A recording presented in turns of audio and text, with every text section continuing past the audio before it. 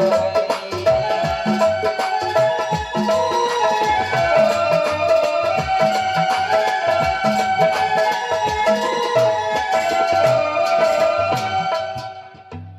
प्रकार से नारी धर्म का विवेचन, जो पत्नी अपने पति को ही सर्वस्व मान करके पतिव्रत धर्म का पालन करती है, वो बिना प्रयास के ही ठाकुर जी के चरणों में समर्पित होती है।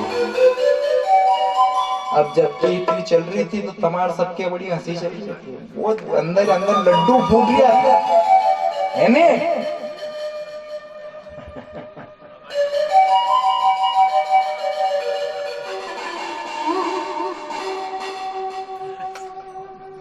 जिस पतिव्रता स्त्री के साथ में उसका पति छल करता है, वो पति यो समझ लेना दो मुंह वाला सांप बनेगा। ये 6 महीने इधर से चलेगा और 6 महीने इधर से चलना पड़ेगा। ध्यान रख ले, ताली दो ही हाथ से बजती है, लड्डू मत फोड़ो मन में।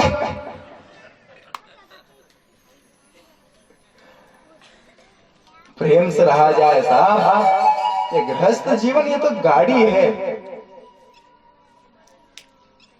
गाड़ी के अगर दोनों पहिए सलामत रहेंगे, दोनों पहिए सही से चलेंगे तो ही गाड़ी व्यवस्थित चलेगी। अगर एक पहिया भी डामाडोल हुआ तो गाड़ी टूट जाएगी, आगे नहीं बढ़ पाएगी। अरे पति पत्नी तो इस गृहस्थ धर्म के दो पहिए हैं। पति और पत्नी में जब तक सामंजस्य नहीं होगा तब तक आपका परिवार व्यवस्थित रूप से उन्नति नहीं कर पाएगा। पति पत्नी में प्रेम है। एक आदमी ने से पूछा कि क्यों भैया आपके घर में लड़ाई नहीं होती, दिन भर हंसने हंसने की आवाज आती है। तो उसने बोला कि भाई साहब हम जितने लड़ते होता तो शायद ही और कोई लड़ता होगा। बोले हंसने की तो आवाज आती है, तो होती है ऐसा। क्या होता कि जब मेरी पत्नी मुझको मारती है तो अगर मैं बच जाऊं तो मैं हंसता हूं, और अगर लग जाए तो वो हंसती है। तो ये ऐसा ना हो, प्रेम से सामंजस्य के साथ में रहा जाए। आगे प्रभु बड़े मिला असुर विरध, मग जाता आवत ही रघुवीर ने पाता। विराध मिला, विराध का प्रभु ने अंत करा। पुनि आए जह मुनि सर्वंगा, सर्वंग मुनि जी आए।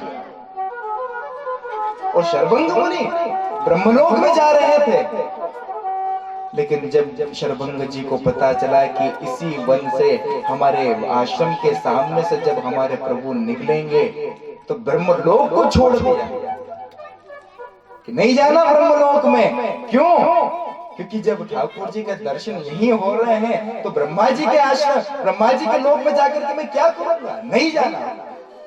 और जैसे प्रभु शर्वंग जी के आश्रम में पहुंचे, शर्वंग जी ने प्रणाम करा के कहा प्रभु थोड़ी देर रुकिए, और गए जंगल में अच्छी मोटी मोटी लकड़ियां इकट्ठी करके लाए। लक्ष्मण जी ने पूछा क्यों भैया योगिंग कर रहे हो? तो राम जी ने क्या पता, देखते ही क्या करते हैं। शर्वंग जी गए, अपनी चिता बनाई और चिता के ऊपर बैठे और कहा कि प्रभु जब तक मेरा प्राण ना निकले तब तक मेरे सामने आप यूं ही खड़े रहिए।